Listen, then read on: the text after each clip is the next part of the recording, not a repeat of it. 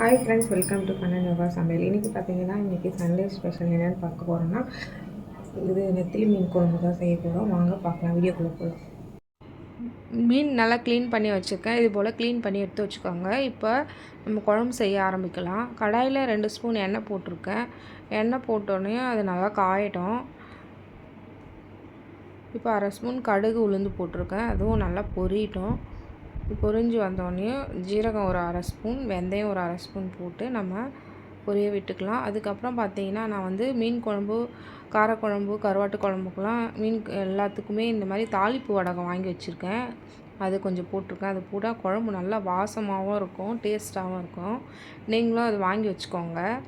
அதுக்கப்புறம் ஒரு 6-7 சின்ன வெங்காயம் உரித்து வச்சுருக்கேன், அதையும் போட்டிருக்கேன். அதையும் நல்லா போட்டு வதக்கி விட்டுக்கலாம்.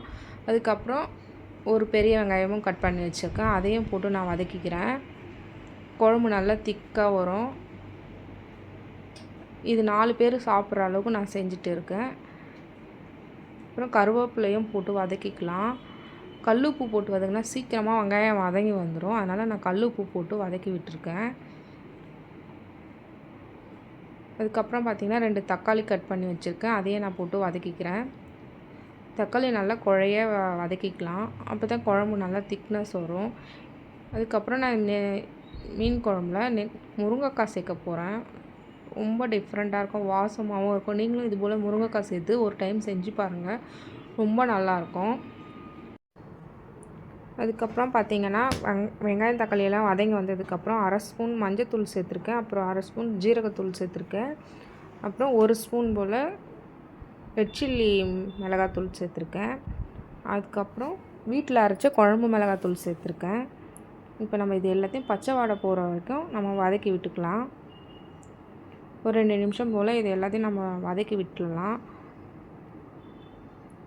வெங்காயம் எல்லாம் வதங்கி வந்துடுச்சு. இந்த ஸ்டேஜில் நம்ம கட் பண்ணி தண்ணியில் போட்டு வச்சுருக்க முருங்கைக்காயை சேர்த்துக்க போகிறோம். இது வந்து ஒரு முருங்கைக்காய். இப்போ நம்ம முருங்கைக்காயும் சேர்த்து வதக்கிக்கலாம். காய் நல்லா பச்சை வாடை போகிற வரைக்கும் நம்ம வதக்கி விட்டுக்கலாம். அதுக்கப்புறம் பார்த்திங்கன்னா, ஒரு எலுமிச்சை சைஸ் அளவு புளி கரைச்சி வச்சுருக்கேன். இந்த நம்ம புளி தண்ணியை சேர்த்துக்கலாம். புளி தண்ணி சேர்த்ததுக்கப்புறம் நல்லா மிக்ஸ் பண்ணி விட்டுக்கலாம். இது நல்லா மிக்ஸ் ஆனோடனே இந்த குழம்புக்கு தேவையான தண்ணியும் நம்ம சேர்த்து நல்லா கொதிக்க விட்டுக்கலாம். இது ஒரு 5 நிமிஷம் கொதி வரட்டும். காயும் நல்லா வெந்து வரும். நல்லா அந்த காரசாரம்லாம் நல்லா அந்த முருங்கைக்காயில் இறங்கியிருக்கும். சூப்பராக கொதி வந்துருச்சு பாருங்கள். இந்த ஸ்டேஜில் தான் நம்ம மீன் எடுத்து போட்டுக்க போகிறோம். பாருங்கள், எல்லா மீனையும் நான் 1 பை 1 போட்டுக்க போகிறேன். இந்த மீன் வந்து ஒரு 3 நிமிஷம் போல் வெந்தாலே போதும், குழம்பு ரெடி ஆகிடும். ஏன்னா இது சின்ன சின்ன மீன் இல்லையா, அதனால் குழம்பு சீக்கிரமாக ரெடி ஆகிடும்.